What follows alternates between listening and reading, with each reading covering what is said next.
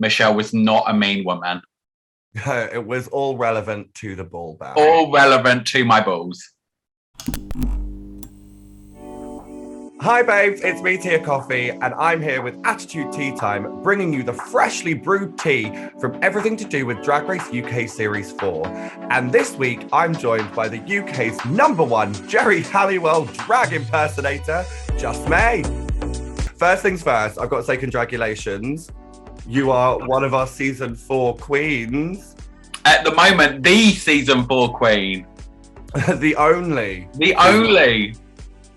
I've tried to give you a little Baby Spice inspired moment just so we can have a bonding sesh. And we do have that connection as I was eliminated for doing Scary Spice. And of course, you brought Geri to the table. Yeah. So basically, we are reliving anything that may have happened between Geri and Mel B. That's so true. By the medium of drag. Spice things up a little bit, maybe. Get a little bit frisky. How did you feel when you walked into that workroom? What was going through your mind just moments before you stepped in? Well, shall I tell you the truth? Just before I went in, the flesh panel on my outfit, someone got a tiny bit of pen on it, and we had to try and get that off. So the reason why I walk in with my hand in such a peculiar place is because there's a small little damp patch underneath and I was scared the camera would pick it up. So that's what was going through my mind. Gorgeous. I've always got a small little damp patch underneath when I see you. That's just for exactly. You. Every nude delusion conceals a small little damp patch. So true. And then obviously your first mini challenge was literally Spice Girls themed. That's if only I knew, I would have literally worn that outfit. Do you have the outfit that Geri wore? No, it wasn't one of my favourites. Hold on, was that just like a read of your icon? Well, I can say that I don't like something she wears. I'm sure she doesn't love this. If it was in white, then maybe. Obviously, I shouldn't express opinions, but I've got opinions, and my opinion is as follows. Queen Vic bust, camp. Camp. That's what I wanted. But it's like all good threesomes. I was the third.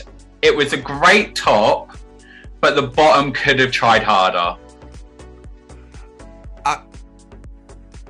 I will stay neutral on that opinion. Hera, if you were doing Drag Race on a Zoom call... Oh, I'd have won. Congratulations. Yeah, RuPaul's Zoom call. Start your engine. Start your modem.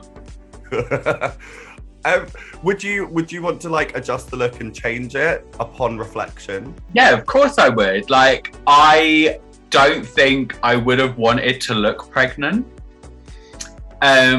So I would have gone for something more. I actually wanted the dress, the skirt part, to go straight down. But you know, time, opinions, they all change. That's true. My working theory is that there was a full outfit underneath, just in case you had to lip sync in it. It was a fully stoned leotard. Was it really? Yeah, it is. So had the outfits been the other way round, do you think there would have been a different eventuality in the lip sync if you had a full reveal moment? No, because what they didn't show is I only knew about 2/3 of the words of that song. I'm blaming my half-assed lip sync on the edit that they didn't show the fact that I didn't know the whole verse to one of them. Your second look on the runway, equally as iconic. The whole runway was about Ru Are You, and you wore your face. I mean, I'm nothing but conceited. What was the inspiration behind the look other than your face? It was just that. My whole thing with going on the show was that I wanted to go in hardcore Geri, which is why I went in with the Say You'll Be There outfit. And then I wanted to just have nods to it throughout.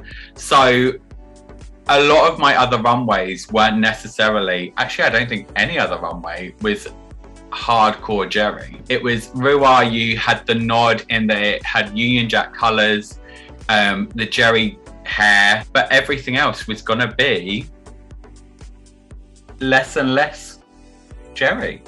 You got to meet the icon that is Joanna Lumley. What was it like sort of seeing her in real life?